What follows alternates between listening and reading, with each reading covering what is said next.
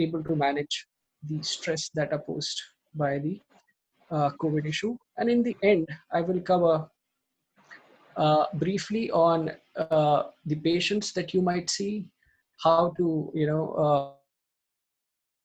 they would report, and what are the interventions that we as health professionals can take to keep our mental health in a good state. So there have been a number of studies.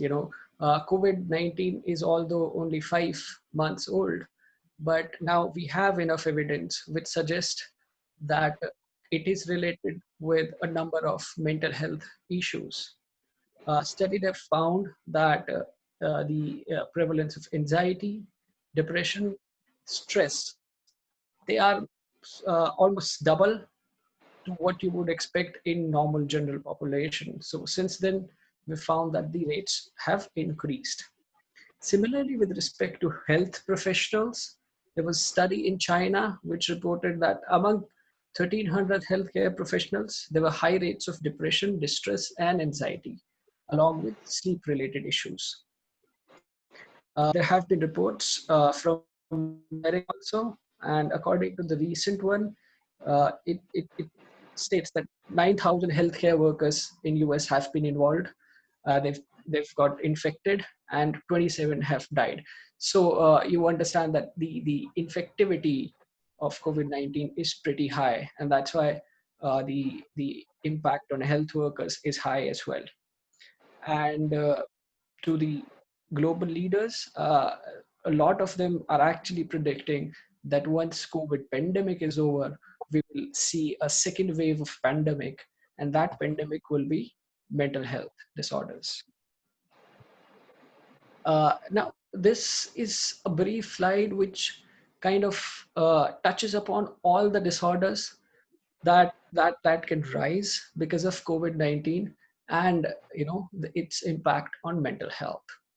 So before we start talking about disorders, I would like to point out that in psychiatry and in mental health, we have these syndromes.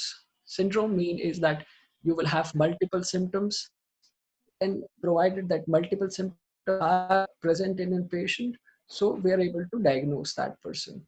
One of the most important criteria for diagnosing mental health patients or disorder is one, duration criteria, and second is the impairment of social, interpersonal, or functional impairment. So most of the cases that we see right now, in COVID-19, they are more of stressful reactions that come, and they may or may not fit into the criteria of mental health disorder, but nevertheless, the impact that are there is something which cannot be ignored, and hence we need interventions. So the common symptoms that we can see that because of COVID-19 and mental health include burnout, moral injury, stigma, insomnia, substance use, anxiety, depression, post-traumatic stress disorder, and problematic internet use. I'll just take each of them briefly now. So what is burnout? Burnout, burnout has always existed in mental health professionals. Not mental health, sorry, in health professionals, because the demand of hospitals, the long working hours, the stressful nature of the job, the night duties, they actually put so much demand on an individual that usually, in normal circumstances, also healthcare workers feel a lot of burnout.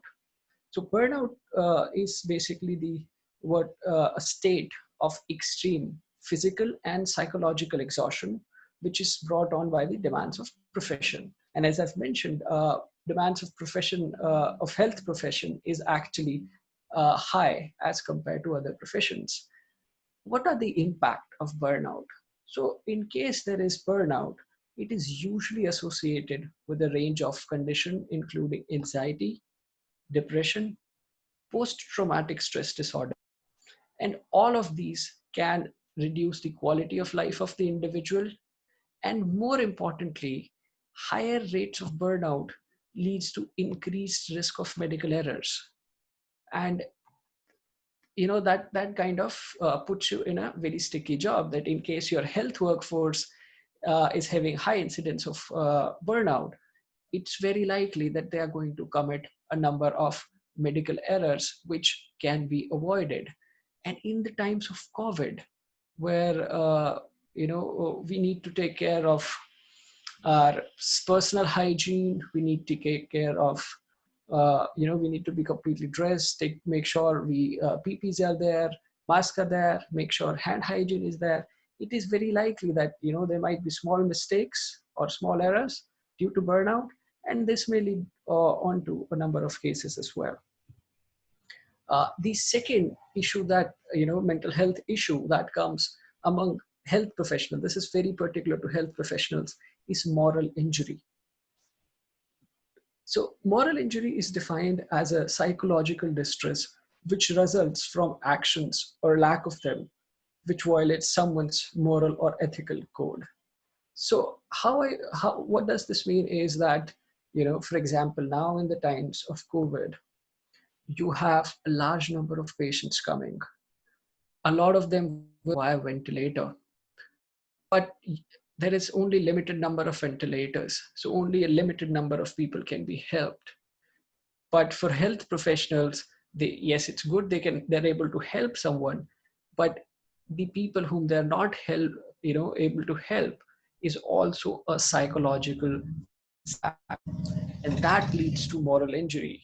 Failure to help somebody in need also leads to moral injury. And again, healthcare professionals are bound to suffer it more, because at most places the healthcare resources are overstrained. In fact, even in Western countries, now you see that there are talks of deciding whom to keep on ventilator, whom to take out, which person should be salvaged, which person should be allowed to die. So this kind of contributes a lot to moral injury. And in the long term, moral injury can lead to a number of negative thoughts, which include feelings of guilt, shame, and disgust. And this, in turn, can contribute to onset of newer mental health issues. The third is anxiety. So anxiety is something which is, it's used as a disorder as well as also a, term or a symptom. Here, what I'm trying to do is I'm trying to cover the anxiety as a disorder per se. So, for example, anxiety would present either as excessive preoccupation or concern with thoughts about present or future. There would be autonomic hyperactivity. You'll be able to, people will have sweating, tachycardia, there will be palpitations, dry mouth, dizziness, epigastric distension. There would be muscle distension. People would be irritable. They would find it poor, difficult to concentrate. Some would report of hyperventilation. Some would report of sleep disturbances. Some would report tiredness and headache. So anxiety, the disorder, anxiety is a combination of all these symptoms, while per se a commonly term use anxiety where we talk about symptom is something which refers to excessive preoccupation or concern with thoughts about present or future. So there are different types of anxiety disorders. And first that we must acknowledge is that there exists something called normal anxiety. And this normal anxiety happens or can happen with anybody. It would have happened that everybody gets worried about something for some small period of time, and once that issue is over, one feels better. So there's always some amount of normal anxiety that exists, and it works to kind of protect us. Then on the other hand, you have generalized anxiety disorder, whose symptoms I have described. Next is phobias, where you have specific fear of certain things. For example, now it is very likely that we might see people with a coronaphobia. They would be scared of the virus, and that specific anxiety might come just because of coronavirus. And then there are panic disorders. These are the episodic anxieties that happens. Person would have anxiety in between. He would appear to be normal. So that's one point I would like to make, and I clarify, is that anxiety related with COVID, to an extent, is normal. You know, since it's been such a huge pandemic, it has caused devastation to economic, political, social, all the structures have actually been affected by it. So it is okay to be anxious about it. It is okay to be worried about it. But then how much of it is okay is something we will discuss later on. And the other disorder that I would like to just, give you a brief overview of is depression. I'm pretty sure you would have heard about it, and many of you would know about it. So the core symptoms of depression are that is one is low and depressed mood. A person would feel very low. They would not, show any signs of happiness. The other is loss of interest, followed by reduced energy. You would feel very lethargic. You would not feel like doing anything. You would just feel like lying in the bed. Reduced concentration, reduced self esteem. People will have ideas of guilt, ideas of hopelessness, helplessness. There will be loss of appetite usually. People can have death wishes, self harm, and people, there can be disturbed sleep. Again, diminished appetite, I've always already mentioned. So depression can vary from mild, moderate to severe, depending upon the number of symptoms that are there. Another thing to keep in mind is a fleeting presence of these symptoms does not make anybody depressed, or it's not right to give a diagnosis of depression if these symptoms are fleeting. One of the most important thing is that these symptoms needs to be pervasive, lasting for at least 2 weeks for most part of the days. So that's the minimum requirement. At least somebody should have few of these symptoms at least for a period of 2 weeks. The other is PTSD. It's called post-traumatic stress disorder. So post-traumatic, right now, literature suggests that we've not seen a lot of disorders of PTSD, but it is expected. Experiences from traumas in the past or traumatic situations in the past, for example, the experiences from the Vietnam War, experiences from 9/11, experiences from tsunami, have uh, given rise to evidence that people tend to suffer from PTSD 6 to 9 months once after these uh, devastations have gone away. So right now, since we are in first 6 months of COVID-19, so we do not see a lot of cases, but probably by the year end, it is expected that number of people with PTSD would actually rise. So PTSD have three core symptoms that are there. One is hyperarousal, the other is intrusion or intrusive thoughts, and third is avoidance. So hyperarousal, as I've mentioned in anxiety disorder as well, it's something where you have persistent anxiety, irritability is there, insomnia is there, and poor concentration. With respect to intrusion, I mean, see, I've labeled intense intrusive imagery as red because it is one of the hallmark of PTSD. People tend to have these images of the past which keeps coming, and these are intrusive in nature. They have flashbacks, they would be remembering the events that happened in the past, and these lead to hyperarousal. Similarly, there are incidences of distressing dream, where people might have dreams related to the events happening in the past, and they would be disturbed because of that. And then there is avoidance, where people willfully avoid anniversaries or avoidance of other reminders.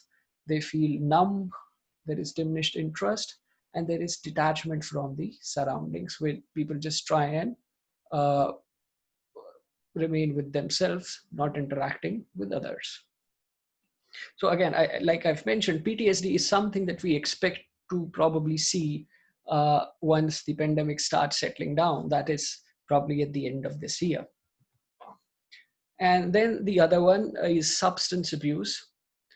Uh, many of you would have seen in your clinical practice or in your social circles, that once the lockdown has been called for, there has been a way where people have been trying to procure more of substance, and using liquor is probably one of the coping strategy that people are using to pass their time, one. And also there is a certain number of individuals who are doing it to overcome the fear, stress induced by it. And then in cases of health professionals, a lot of them use substances, especially alcohol or tobacco, to overcome their burnout or drown their moral injury. uh, as this lockdown has happened, and people are confined to their home, there is less requirement to go out. There is also risk of increase in harmful use of substances. Harmful use you define where excessive substance use can lead to physical injury or psychological injury. And binge drinking, specifically for alcohol, suggests that taking more than 5 drinks in 2 hour period. So 5 drinks is probably 150 ml of whiskey in within 2 hours. So that would fall under the purview of binge drinking. Again, these are dangerous, harmful use, binge drinking. These can lead to physical complications. So alcohol I've covered. This has been observed. This is personal experience as well, where I've observed a lot of colleagues kind of scampering for liquor or cigarettes, and it is similar for the general population, similar for the health professionals. Health professionals somehow are at higher risk because maybe the availability of substances to them is much easier. And that is what brings me to the other aspect of substance use, which is prescription drug abuse. Many of us who are associated with clinics, we have access to a number of potentially addicted substances, a number of opioids, for example, tramadol, fentanyl, morphine. These are readily available to us. And with this COVID pandemic and with the rise of stress, a lot of people are likely to shift on to these drugs as well. So this is something that needs to be taken into account, that maybe our colleagues may end up shifting to prescription drug abuse, which are very easily available in the vicinity where they work.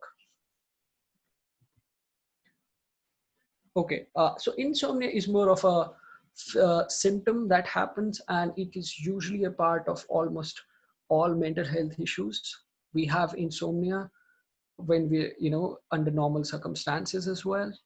And then we can have insomnia because of anxiety, insomnia because of depression, insomnia because of stresses, right?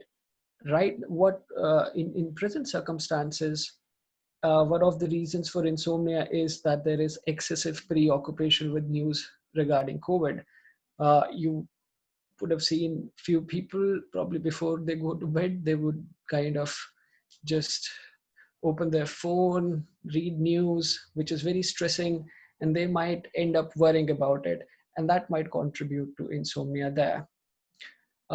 Related to what we read, what we do, what we talk about during the day, sometimes what happens that gets repeated in the dreams. So we can have, it can be associated with frequent nightmares. And as I've mentioned, insomnia is related with a lot of issues or a lot of disorders. But now one of the things that is associated very often with insomnia is going through COVID related issues just before we sleep. The other is excessive and internet use. Now, maybe 6 months ago, we were talking about situations where we were asked to divide our time, spend minimum number of time online, interact more physically, interact more socially, and be very cautious about our internet use.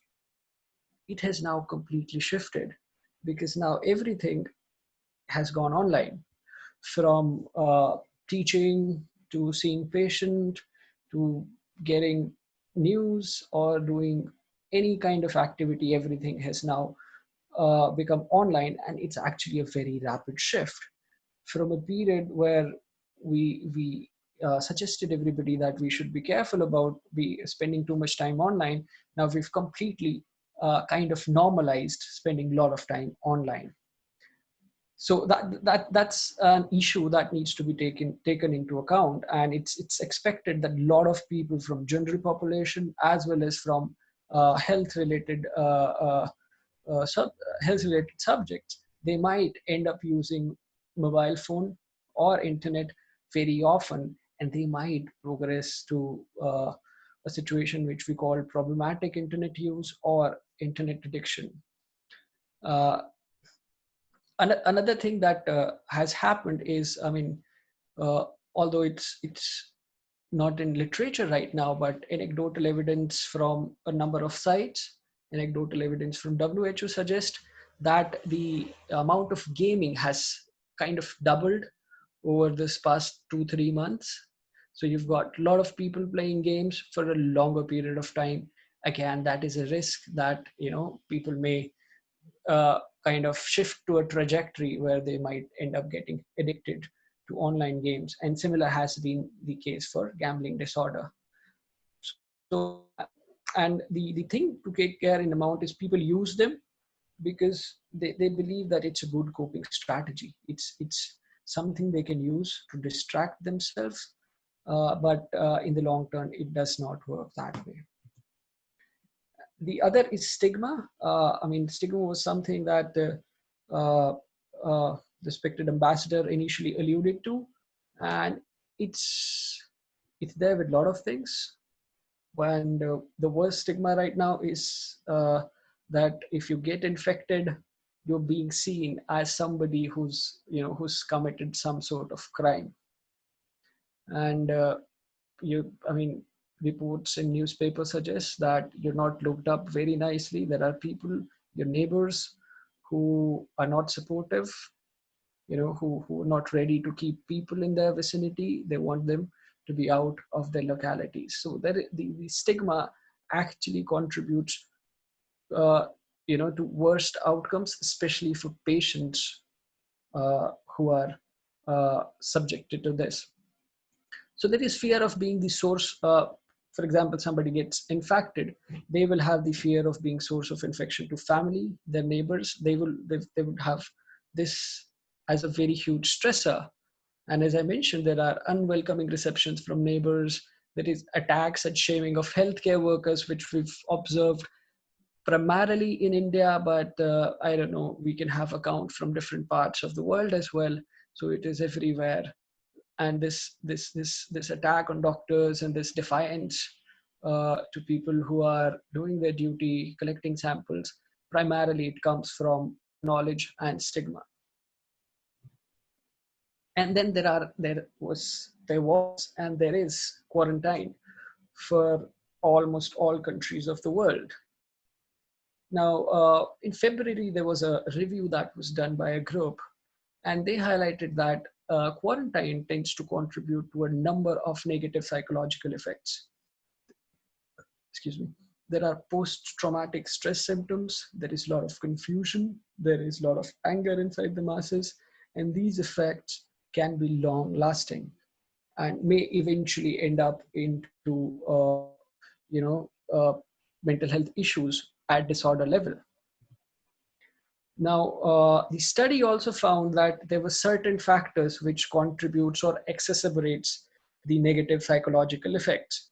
The one, for example, a longer quarantine period, and this is the strategy which has been followed in almost most countries across the world. That initially there was a quarantine, it's been extended and again extended, and then there are infection of fears, frustration. I mean, there is nothing to do at home. You uh, are probably sitting with family members and you're getting bored. There is inadequate supplies of food. There is inadequate information from government, there is financial loss and stigma. All these factors can contribute to, towards negative psychological effects during the quarantine. Okay, so that was briefly on what are the potential psychological issues associated with COVID-19. Excuse me.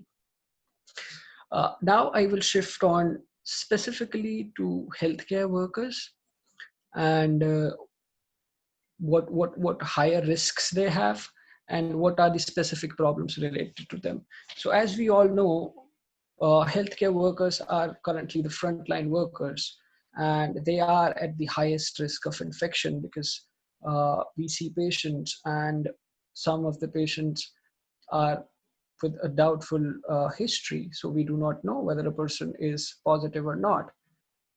So there is again uh, inadequate protection from contamination. There are issues regarding isolation. There are issues with lack of contact with their families. Patients with negative emotions would behave rudely to healthcare professionals, and this would also contribute to their feeling stressed. Then there is discrimination and stigma. We've all heard stories where doctors have been asked to vacate, nursing staffs have been asked to vacate their homes, and they've been accused of people who would bring forth the virus into the localities. And at the last, almost all the health professionals currently are overworked, and there is a lot of frustration, which may be for various reasons, and there is exhaustion because of constantly working under the fear of COVID-19. A lot of people have actually started to get exhausted.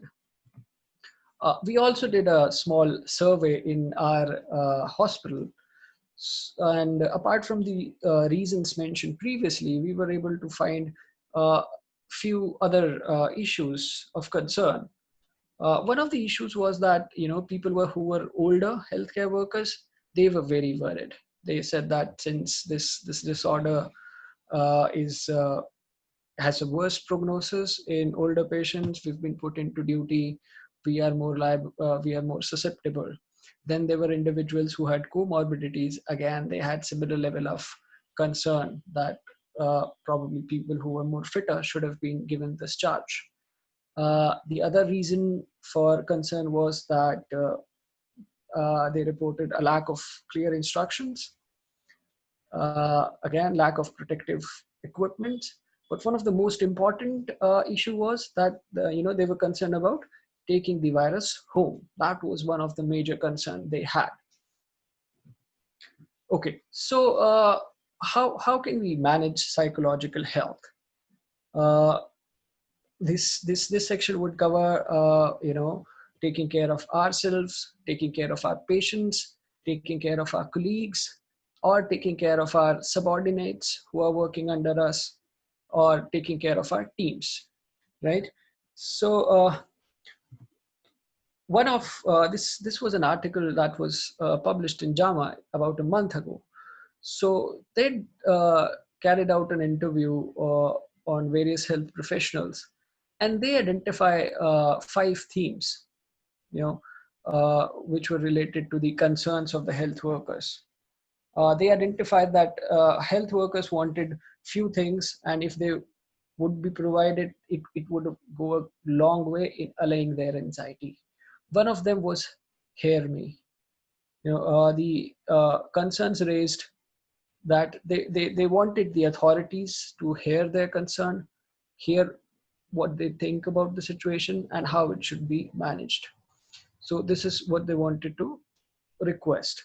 The other was protect me, which again is a huge concern across the world, since there is shortage of N95 masks, 3-ply masks, as well as PPE. So again, this was one of the concern that if the protection is inadequate, there would be a lot of anxiety about working in hospitals. The other was prepare me. In this, they reported that most of the workers have actually not been briefed what was the responsibility, what were the protocols, How were they supposed to initiate this task, how to finish, whom to approach, whom not to approach. The other was support me. This is where, health workers wanted assurance that if something happened to them, they would be taken care of, their families would be taken care of, and since they were doing duties, steps would be taken to ensure that they do not go back home and probably they are quarantined somewhere else, so as to protect the risk of infection to their family members.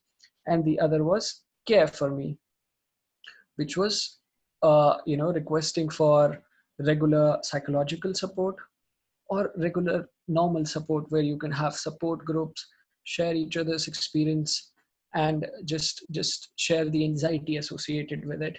So these were the basic requests, and I believe a lot of participants who are here, uh, they would also have heard similar requests from their subordinates or colleagues or seniors.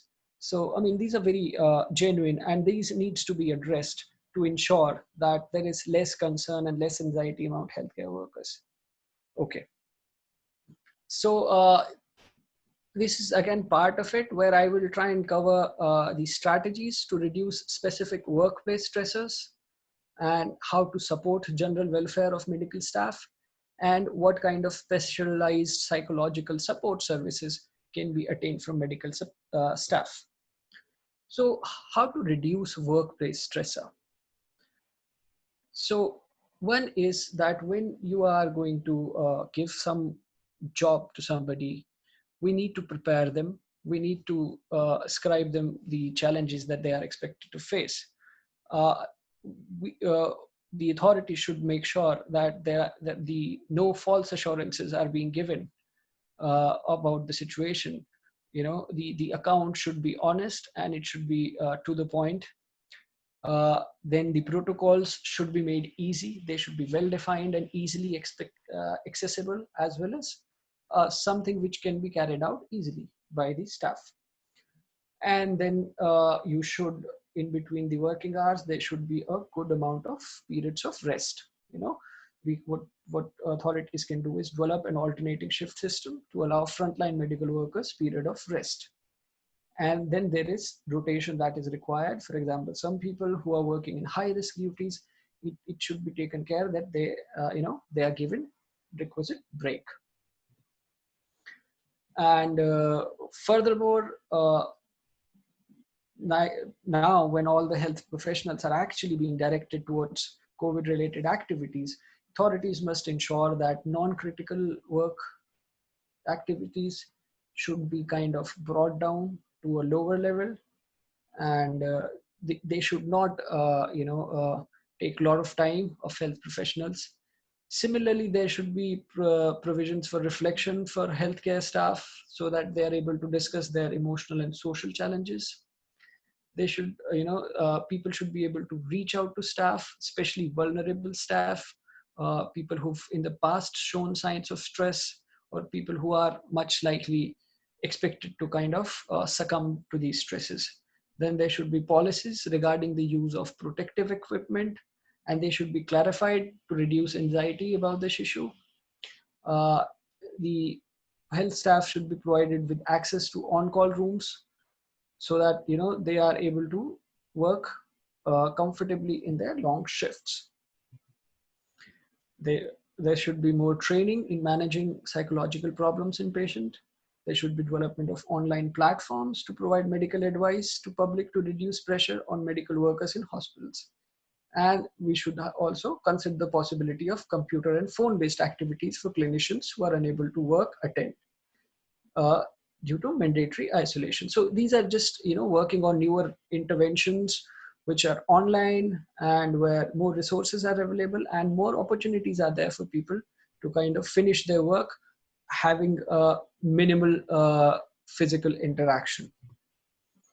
And as the general welfare of medical staff is concerned, one of the key issues that should be taken care of is accommodation, because this is one of the primary concern, that once people are done doing their duty in COVID related areas, where the accommodation would be, because this is primarily the most important source of concern.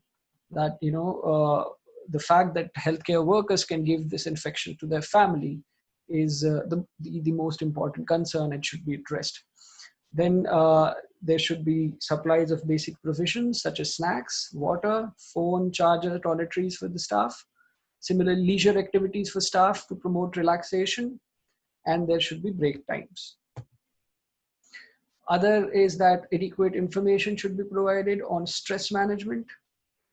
Authorities should act proactively, look for the signs of burnout, and should provide support services. Similarly, you can have designated wellness champions where, in smaller groups, you make leaders who are tasked to perform these duties and take care of their colleagues. And another thing to do is encourage open discussions about emotional responses, creating a normalizing culture for disclosures of vulnerability so that people are able to share in a better manner. Uh, then comes what specialized psychological support services which can be provided for medical staff. One is providing them dedicated hotlines where they can actually get in touch with the psychiatric social worker, a clinical psychologist, a clinician, a counselor, or a psychiatrist. Uh, Agencies can actually work on online courses also to kind of help staff understand what are the basis or basics of mental health issues and how to cope with them. And then you can have counselors for face-to-face support or peer support programs. Now, okay, now I would this section would focus more on individual steps that needs to be taken or that can be taken. The previous were more on organizational level. So first and foremost message that I want to deliver is that it is absolutely normal to feel worried during these difficult times. It has caused so much havoc, caused so much tragedy throughout the world. So small amount of anxiety is realistic and is expected. So that we should not be set alarmed by it, that why I'm feeling worried or why we're feeling anxious. It is expected and it is normal, right? So we need to acknowledge that. But what can happen is that one of the issues why the anxiety spikes up is that a lot of us keeps looking at the constant news reports about the outbreak, which kind of spikes our anxiety. So I would advise people not to do that. You can minimize your reading, watching, or listening news uh, to a particular part of the day, and don't do it for a very long period, just maybe 10 minutes in the morning, 10 minutes in the evening, and that's what you should do. The other thing that an individual required to do is that the information should be sought from trusted sources, right? We should not be kind of reading from fake websites or fake news outlets, or in this case, in nowadays the case of WhatsApp, where every 10 minutes we have some fake WhatsApp coming, and it kind of uh, leads on to our anxiety. So always go to trusted sources, WHO in this case, or probably your local government agencies. So that is the primary source that should be there, right? And I've mentioned about that information updates should be sought only during the specific time. Just do not keep scrolling or do not keep looking for the COVID related information throughout the day. Have a designated time, read couple of articles, read couple of news stories, stay updated, but do not linger over it. Again, the other fact I've mentioned, that it's important to get the facts, because rumors and misinformation are going to contribute to your anxiety, to the fear mongering. And that is not going to be a good outcome, because that will further lead on to psychological distress. And that facts I've mentioned, that having facts, right facts, truthful facts will help minimize your anxiety and fears. and the site WHO and local health site I've already mentioned. And the other thing that we need to do, these are for the health professionals as well as instructions for the patients that the participants will see, is that one of the messages that should go is one must always protect oneself. This is by following the simple instructions that have been given, doing a hand wash, proper hand wash, using masks, and following physical distancing. So these are the basic steps that needs to be followed. The other thing is that we need to be supportive of others. Physical distancing does not mean social distancing. We need to stay in touch with friends, family members, especially those who may need extra assistance in these times. So we need to keep this humane approach as well. We must protect ourselves, but we must also be considerate to people who would require our support. They can be our uncles, aunts, neighbors, old friends whom we think they are alone, and few kind words would actually help give them support as well. The other thing is to share and amplify hopeful stories and positive images of local people who have experienced COVID-19 and recovered.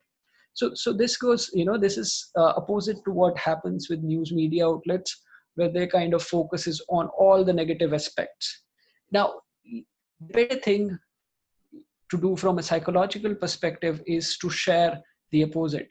Share the good news, share the positive story, share the hopeful story where somebody who was ill and that person came out and now he is perfect. So that is going to give a hope to us as well as a lot of people that not everybody who has COVID has worse outcomes. There are a lot of people, and in fact the majority of people end up with very, very good outcomes.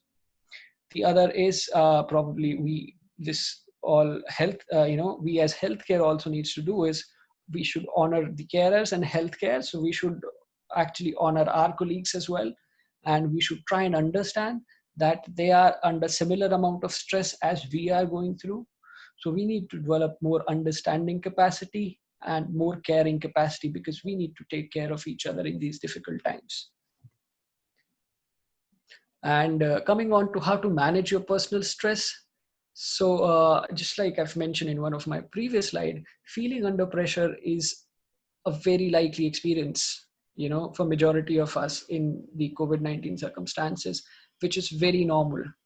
So one does not have to, just get too concerned that they are uh, anxious about it.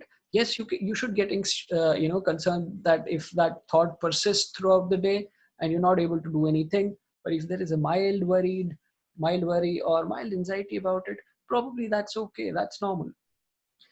Okay, and you should also understand that feeling stressed is not a sign of weakness. It's just a sign of these times, which are very difficult. And we should health professionals especially should take care of our mental health and psychosocial well-being, just like we put emphasis on our physical health. So I mean, see, this is a statement which is true for normal circumstances as well, that most of the time we probably take care of our physical health, but we tend to neglect our mental health, tend to neglect our psychosocial well-being.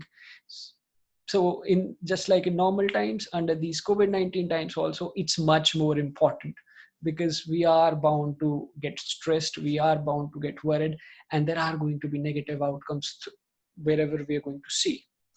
So another thing that we can probably use is using coping strategies which have worked for us in the past.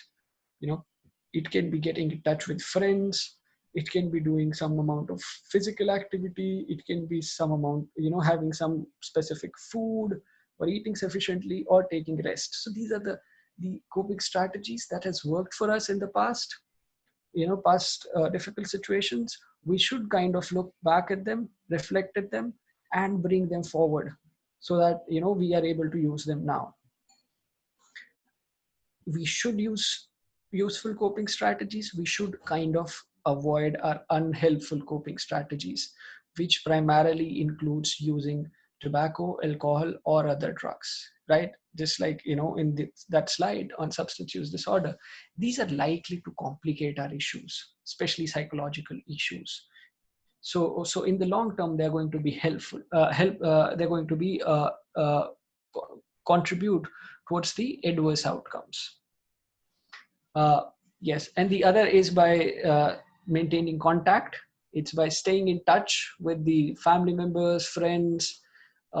In current circumstances, we can do it with digital methods, but still, it's still advisable that if you're inside the home, you kind of do some amount of physical interaction as well, rather than just digital interaction. Then try and find your social support, talk to your friends, talk to your colleagues, and see if you can share, see if you can encourage each other. That's going to work. And in fact, it's very soothing to find out that your colleagues, your friends are going through similar experiences. So that's something which is going to build a lot of resilience in you. And at the end, we all must understand that this is not a 100-meter sprint. It's COVID-19 pandemic is a marathon. It's probably going to last for another 6 months, year, 2 years. Nobody really knows. And in fact, if it gets over, then we will have the consequences, which will probably last much, much longer. So we should kind of understand this and prepare for a longer battle and use our resources that way. And with respect to how to manage patients' mental health, so for the patients who are going to visit you, and I've been informed that a lot of people in this group are general physician, or this specific diabetes, treating patients with diabetes, and diabetologist or endocrinologist.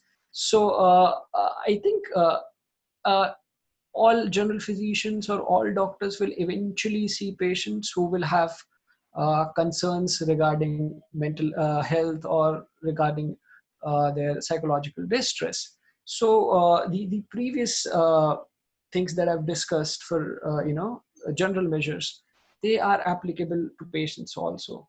So when a patient is going to come to you, it's very important to acknowledge their anxiety and concern. you know we need to talk to them that, okay, it's okay, it's normal to be, their concerns should not be dismissed. And as a physician, we should check whether they have enough knowledge about COVID-19, and if it's not there, we should provide general information about COVID-19 to patients and family members. We should help them understand COVID-19 related issues.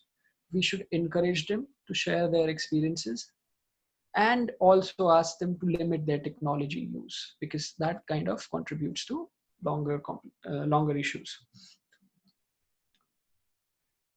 Again, with the lockdowns, what has happened is people are spending almost all their time inside their houses. So that has greatly impacted the usual routine. People go to sleep late, wake up late, and then probably eat food at different times.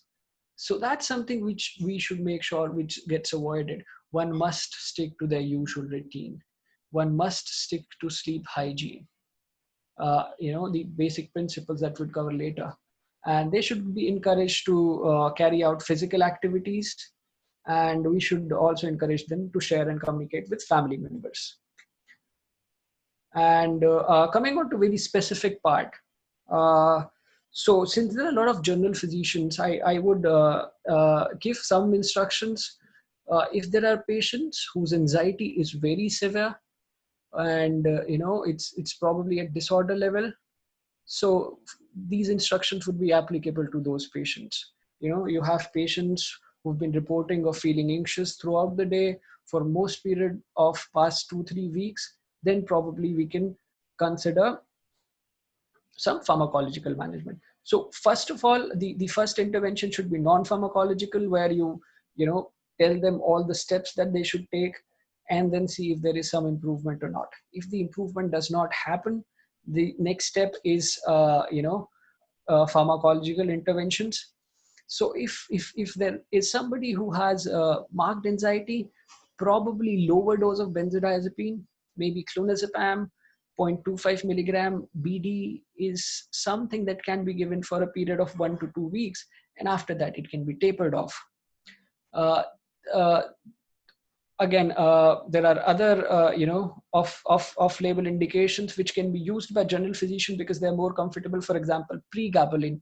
Pregabalin can also be used 75 milligram BD. Again, helps to control anxiety, would help sedation as well. Or lower doses of gabapentin can also be used. They would be, again, anti-anxiety, and they would help in sedation as well. So with sleep-related issues also, avoid benzodiazepines. And the other hypnotics, for example, pregabalin or, for example, gabapentin, can actually be used as hypnotics. If you have patients whom you find severely depressed or active suicidal ideation, my suggestion would be to refer that patient to a psychiatrist or a clinical psychologist ASAP, because that in these times can actually be very life-threatening. About healthy people in isolation, what we can do is promote connectivity with social networks. Try as much as possible to keep your personal daily routines. During time of stress, pay attention to your own needs. Engage in healthy activities that you enjoy and find relaxing. Keep exercise regularly. Keeping things in perspective is very important. Seek information, updates, and practice guidance at specific times, which I've mentioned, and avoid listening to following rumors. Okay, so these are few important areas I would like to try and cover. One is psychological first aid, sleep hygiene, digital hygiene, learning to destigmatize, relaxation exercise, yoga, and physical exercise. I hope we have 10 minutes. So we have, sir, we have. Carry on. Okay, okay, good. So psychological first aid, has its origin where a lot of people, or where people who have observed, a trauma live, for example, witnessing a death or witnessing fall of a building or an accident where multiple people have died. So psychological first aid has actually, come from the experiences of helping those people during that particular situation. So with respect to COVID-19, psychological first aid is more pertinent to situations, especially COVID-related COVID wards, because one of the issues is breaking the news to a patient that you have come COVID positive. So that's going to be extremely stressful, and we should know how to handle that. The other is breaking the news of a death related to COVID. That is again something which is very problematic. So, and the other sleep hygiene, digital hygiene, these are simple principles that I would just cover. And it will be great if people are able to follow these, because these simple techniques actually help you to, ensure that routine is proper and we're not engaged in unhelpful activities. So one of the things that we need to do is probably fight the stigma, because stigma is one of the most important reasons for causing psychological distress or anxiety in people. So as responsible citizens and as health professionals, we must do following things. One is appreciate efforts of people providing essential services. The other is sharing the authentic information, cross-checking any information related to COVID-19, and sharing positive stories. I mean, we've covered all these aspects, but this is to just summarize that these are the things that we need to do. And don't include that. Never personalize, never spread an individual's name, their address. We should not avoid, we should not spread fear, panic. Healthcare should not be targeted. Sanitary workers or police should not be targeted. And then also we should not label any community or area that this is COVID, this is the source of COVID. That should also be avoided. And coming on to psychological first aid. So these are simple principles that you can follow during that initial stressful period, and where we can help people out. one of the most important thing is that whenever such things happen, that for example somebody has been told that that person is COVID positive or their family members have died, so one needs to ensure that there is sense of safety. This is by being staying around or just telling them that we're around if they need help, and then we can also encourage certain self-calming techniques, for example deep breathing, or probably give them some time to kind of get used to the information, right? And then once that happens, we can kind of encourage that they should follow basic self-care techniques like eating, hydration, taking proper sleep, again encouraging the use of prior coping strategies that they've used, they should be kind of encouraged to use. Then we can have number of stress reduction technique. You can ask people to create connections with healthcare teams and others, promote social support, supporting self-efficacy of individual clinicians and teams, and monitor individual clinicians in high distress who may need additional mental health support and refer if appropriate. Coming on to the sleep hygiene, these are very basic principles. Uh, Always keep a consistent sleep schedule. At least sleep for 6 to 7 hours a day. Make sure you sleep and wake up at the same time. Uh, Use your bed only to sleep. Make your bedroom quiet and relaxing. Limit your exposure to bright lights. Turn off electronic devices 30 minutes prior to bedtime. And if you don't fall asleep, don't get anxious. Just get out of the bed, read a book, try and feel sleepy.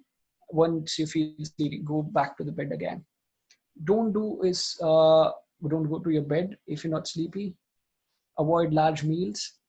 Avoid caffeine, avoid alcohol, avoid tobacco, exercise regularly, and before going to bed, you should reduce your fluid intake. So this will help in kind of have a better sleep. Then there is digital hygiene. This is a principle that you need to keep a check on the use of mobile phones or internet. You should give yourself regular breaks. You can use applications which track the time spent online.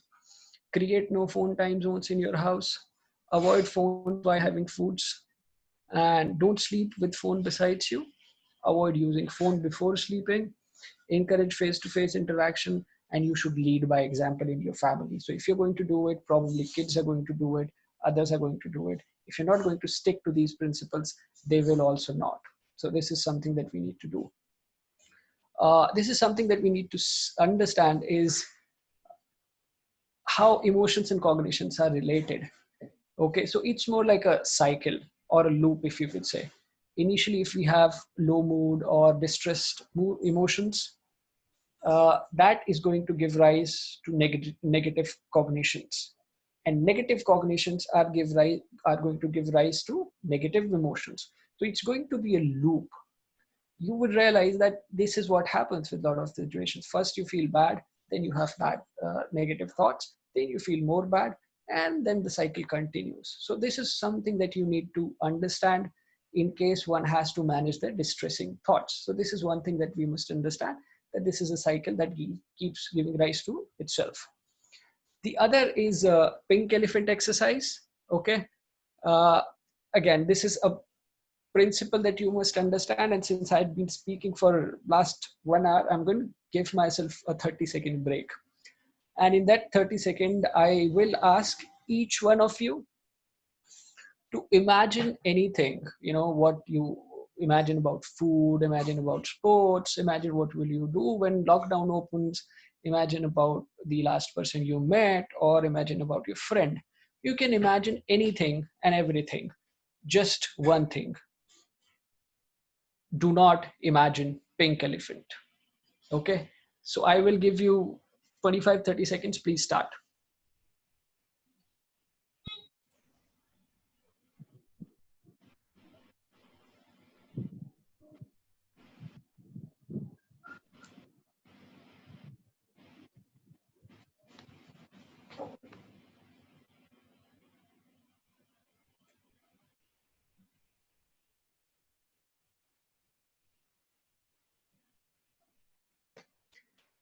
Okay, not exactly 30 seconds, but I don't know, maybe you people can tell me how many of you actually ended up thinking about why pink elephant when there was no reason to think about it. So this comes from this ironic process theory, which states that when we try and suppress our emotions, the emotions tend to come more strongly. So you would have seen the moment you try and suppress your anxiety, it kind of jumps back at a higher level. So this is this is a faulty way of managing with your emotions. So you don't need to suppress. You can distract yourself, but the moment you're going to suppress, it's going to be like a pink elephant. It will keep popping inside your head. So what you can do is that there are different distraction techniques that are there. One is physical exercise. It means that you exercise to such an level or such an intensity that the thoughts really go away and your focus is on just exercise. The other is refocusing. So refocusing means that you're going to probably focus your shift to something else. So there are anxious thoughts inside your head. You are worried. But what you decide to do is probably you decide to look outside the window and you decide to focus on the tree that is there, the leaves that are fluttering, the wind that is blowing, the uh, birds that are chirping, and the sky.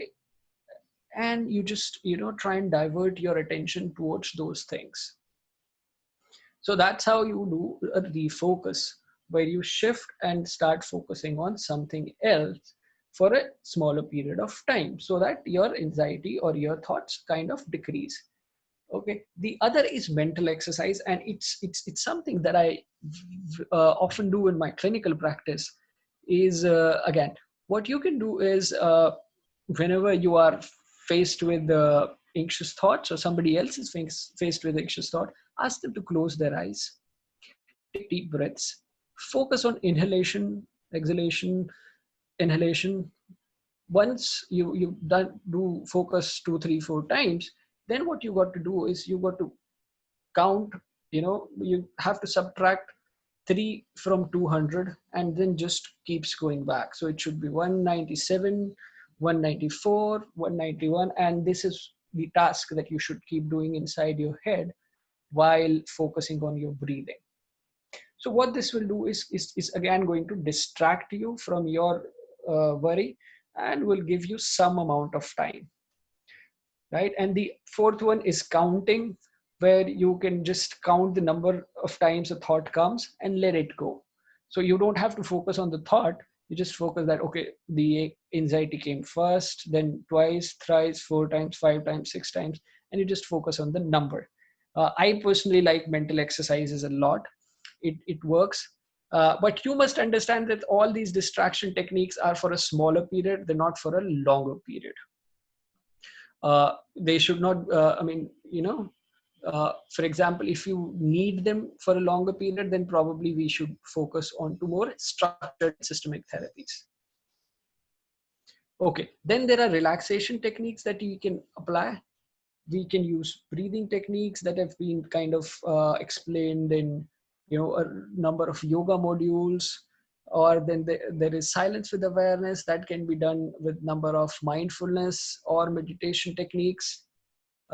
And there is body scan meditation. So those third and fourth, mindful meditation and body scan meditation, I've attached a document in the end to the resources. So if anybody is who's interested and they want to do, they can actually follow this step and try it for themselves. And also, if they find it useful, can use it for their patients also. And then there are physical activities that we must ensure. There are a lot of resources on yoga that you can kind of access. I've also linked to one of the files you can access. Then there is dancing. People can do Tai Chi. They can be involved. Exercise, or practically anything that's going to get you moving. So that's something which is going to help a great deal in kind of decreasing the stress or lowering down the anxiety. Okay, thank you everyone. And if there are questions, you can ask, send me message, or you Yeah. can send me mail also. Thank you, Dr. Siddharth, for elaborating this particular topic and making it so interesting. No doubt that such type of pandemic situations can bring up a lot of mental agony and a lot of mental health issues, not only among the healthcare professionals, but also among the general community and the families, and particularly such type of lockdown positions when all of us are inside the home and there is hardly any activity going on. So I think if you see that there is a violence activities have increased in a big way. The reports are also coming up. So I think if I have to summarize your talk, you have clearly mentioned about anxiety, depression, and stress are the common psychological reactions to COVID-19 pandemic. And it has been estimated that COVID-19 pandemic will soon unleash mental health pandemic. Ultimately, it is going into the mental health pandemic after that. Burnout is also linked to increased risk of medical errors, moral injuries, anxiety, substance abuse, insomnia, excessive internet mobile use. Every time the media news is, we are always on uh, towards these media news only, always what is the number now, what has happened to my city. And so I think minimum hardly 10 to 15 minutes we should put it up our efforts to the media news to get an update what is there going on whole country. That's all. Then there is the stigma issues you have highlighted, and how to manage worries and how to stay relaxed, and strategies to reduce the workplace stressors, then support for the general welfare of the medical staff. This is utmost important because at this moment, all healthcare workers, they are acting as a frontline warriors, and seeing the pandemic situation, seeing the type of the disease, if you see that state governments have organized a special places for their stay, as well as they are providing them all the facilities. And in between, a lot of violences have also happened towards the medical colleagues, also healthcare professionals.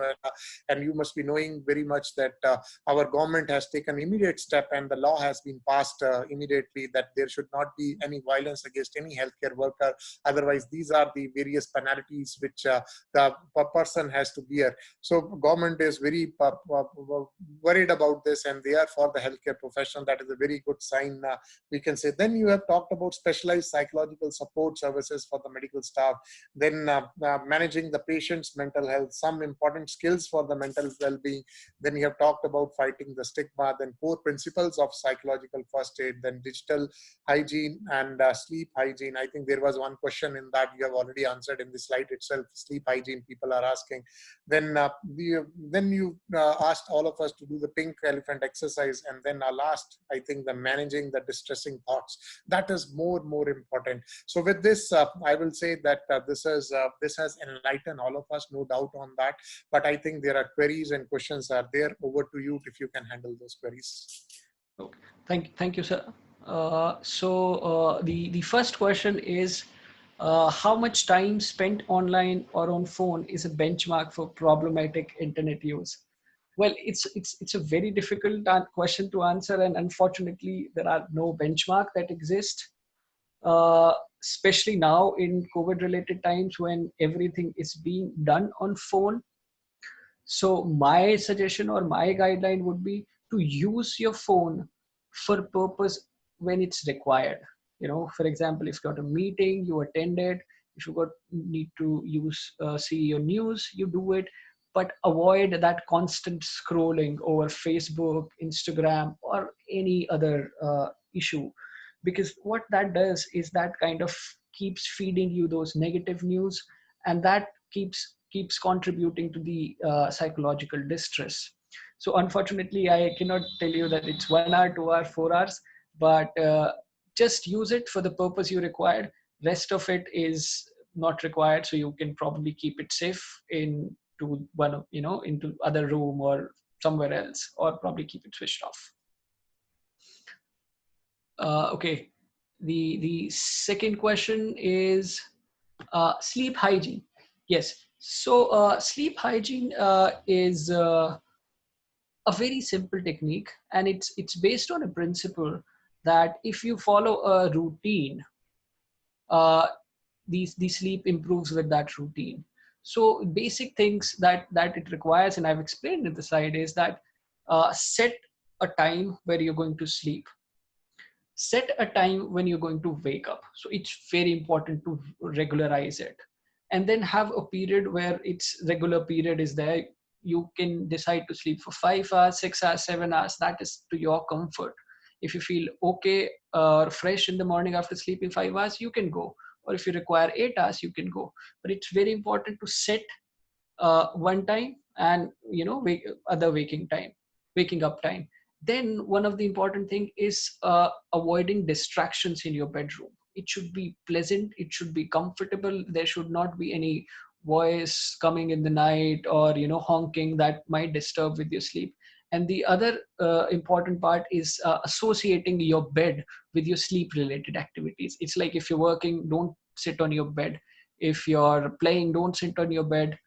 Just use your bed for sleeping, because that's a kind of conditioning reflex that develops.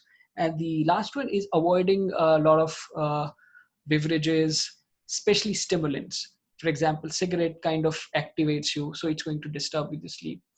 Alcohol, although is depressant, it is going to disturb your sleep, because it's going to cause a fragmented sleep. And similar is the case with caffeine. So these things should be avoided. Probably, last you should take is 6 to 7 in the evening, and later on you should avoid. Okay. The next question is regarding sleep. How can one know the reasonable quantity of alcohol to consume in context of the stress? Okay, again, I will break lot of hearts. According to recent guidelines from WHO, no amount of alcohol is actually good for health. It has been known to contribute towards cancer, and higher the amount you take, higher are the chances.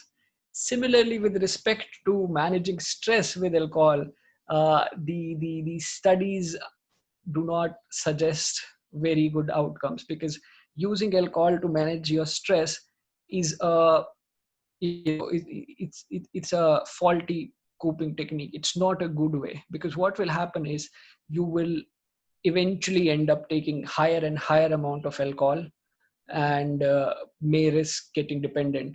Although, just to answer your questions, there are certain guidelines in America and the UK, also nice guidelines, where they do allow 1 to 2 units of alcohol per day. So that's like 30 to 60 ml of whiskey per day. But according to recent WHO point of view, no amount of alcohol is actually good, and it's really not good for stress also. The other question is about healthcare workers, that they may develop health problems due to burnout, due to excessive workload. Long-term lockdown has led to lack of family income. Talking about people who have to rely on daily wages. Suicide rates have increased in many countries. What is your impression on that? Yes, again, just like I mentioned, COVID-19 is one pandemic, mental health is another pandemic, and there are far beyond psychosocial implications of COVID-19 that we are yet to see. People have suffered because of lack of food. In coming times, people will suffer because of lack of income, and it won't be surprising to see a lot of people actually going into mental health issues, and probably suicide related issues as well, because of the economic impact of COVID-19. So we as health mental health professional community are actually embracing for difficult times, because we see that is going to come in near future. I totally agree with you on that. Okay, I think slides will be shared with everybody. So just calm It down. will be shared, sir. It will be shared with everybody. Yes. Uh, okay. The other question is, sorry,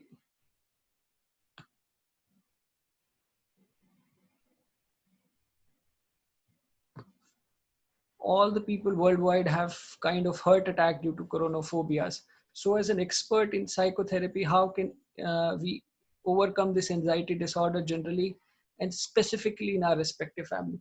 So I think I've covered that in my presentation. It's not out, it's the measures are not out of the world. They are very simple measures. And for example, I share a personal experience. A cousin of mine actually had this issue also. He's somebody who works with police, and he had similar issues. So what we done with him, that I just asked him to probably share more with your friends, and probably they were sitting doing, I asked him to maybe play cards, engage yourself. So that is very important, that do not sit idle, engage yourself, play games, talk with family members. And the information that I've provided, how to not check it throughout the time, how to be just very specific in the morning, evening, how to appreciate that anxiety is normal, and the illness is not a death sentence for everyone. It's for only a specific population. So we must focus on the positive outcomes that are there regarding COVID-19, rather than all the time focusing on negative outcomes. I think you'll be, once you go through the slides, you'll find your answer there. The other question is, can obsession suffer in COVID era?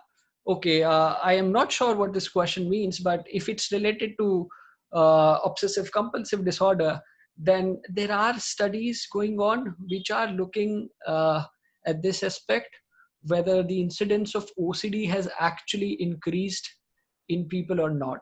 At this point, unfortunately, I do not have a very clear-cut answer. But then let's wait and see if OCD does increase, or this COVID comes into the phenomenology of OCD. So I don't have the answer at this point to that question. Sir, could you please suggest a good book to improve our mental health? Examples you like, You Can Win by Shiv Khera. I think rather than books, I would suggest you to maybe any book which is on positive psychology. If you're able to pick up the principles, follow them regularly, will definitely help you make a better person. So it does not have to be one particular book. Anything on positive psychology, please read and try and do it. That would be helpful.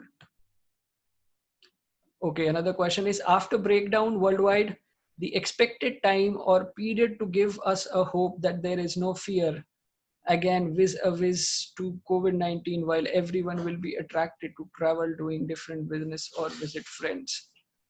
Okay, I think nobody knows what is going to happen with regards to COVID-19.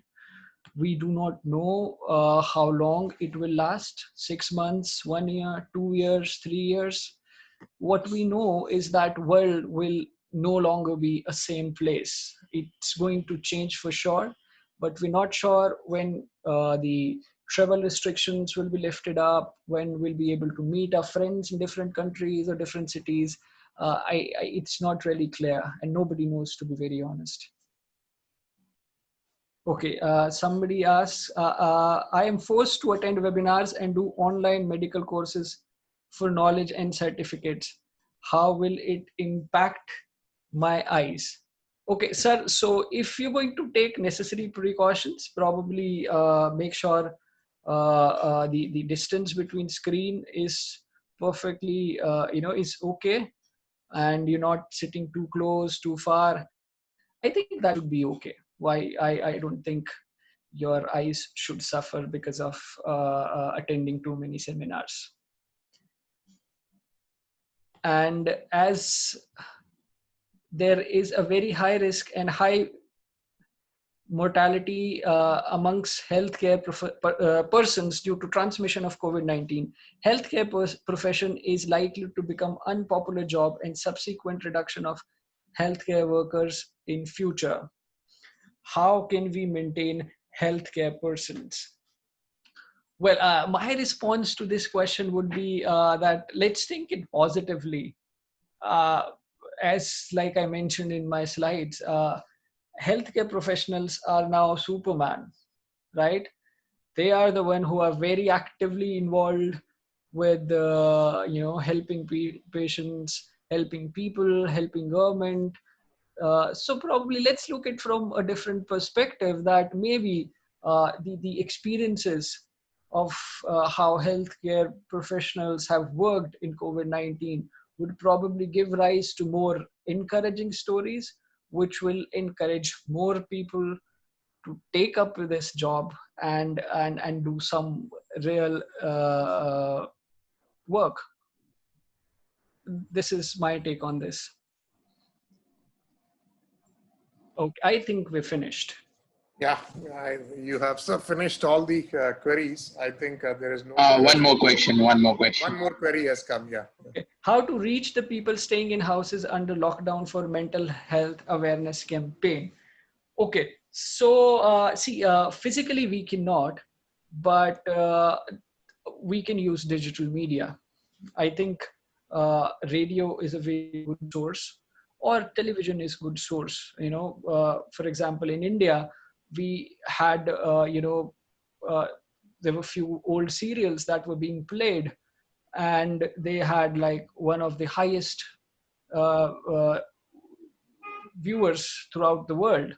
So if people are watching those serials or people are listening to radio, I think that is something we should go forward and disseminate, so that people know basic skills of keeping or managing their mental health issues, and so that most of them are actually able to do it by themselves. In case there are further issues, there are problems at disorder level, they can seek solutions to the professionals. Yeah. I think with this we have you have covered, sir, all the queries, and with this we have come to the end of this session. Vishnu, do we have Mr. Amar Sinha, sir? No, sir, he's not there. Okay, so now with this, we have come to the end of the third series today, and I hope you people have enjoyed.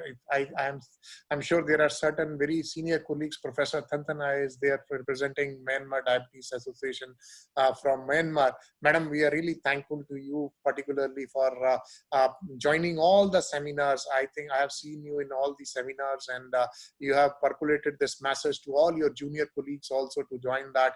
There are so many colleagues from the different parts of the globe, those who have joined these series since inception when we started on 6th of, when we started in the mid of April, and a lot of colleagues have continued this joining the such type of series. I hope this is a enjoyable learning exercise for all of you. All the slides would be given to all of you. Don't worry about that.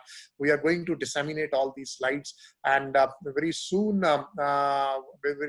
we are going to have another series which will be announced and appropriately within a day or two, and that is going to be on covering the hospital preparedness plan. Once you are opening up your ICUs, once you're opening up your IPDs, OTs, OPD services, teleconsultation is now going to play a very big role in the time to come, because as Dr. Arya has already highlighted, that world is going to change. So I think this is a learning for all of us, that we are all going to adopt a different portfolios now, different cadres now in a different mode, where the healthcare professionals itself, they are going to take a different lead roles now, in which the e-technology, telemedicine, teleconsultation, online consultations, these things are going to, because the travels are going to stop.